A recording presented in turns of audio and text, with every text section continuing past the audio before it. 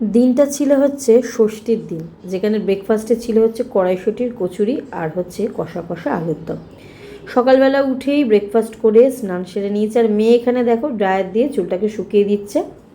তারপর ওখান থেকে চলে গেছিলাম লাস্ট মোমেন্টে একটুখানি শপিং করতে। অ্যাকচুয়ালি আমার বরের তো আর সেরকমভাবে সময় হয় না, তো সময়ের এই অভাবের জন্যই লাস্ট মোমেন্টে শপিং কিছু করার ছিল, তারপরেও মনে হলো না আর একটু কিছু নেওয়া যাক রুবেলের জন্য। তাই চলে এসেছিলাম বাজার কলকাতায়।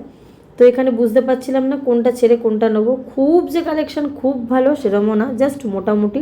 তারপর মনে হলো এই ফ্রকটা মেয়ের জন্য নেওয়া যাক, আর ছেলের জন্য ডিসাইড করছিলাম কি কি নেবো, কারণ মেয়ের নিলে ছেলের তো নিতেই হবে। তারপর ওখান থেকে কিছু কেনাকাটি করার পর মেয়েকে নিয়ে চলে এলাম হেয়ার কাটিং করতে।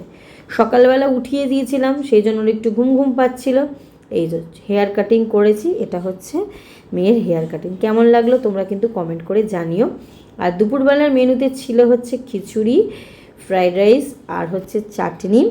এখানে একটা 5 রকম অনেক রকম সবজি দিয়ে খুব সুন্দর একটা তরকারি ছিল, ফিশ ছিল, আর এখানে চিকেন ছিল।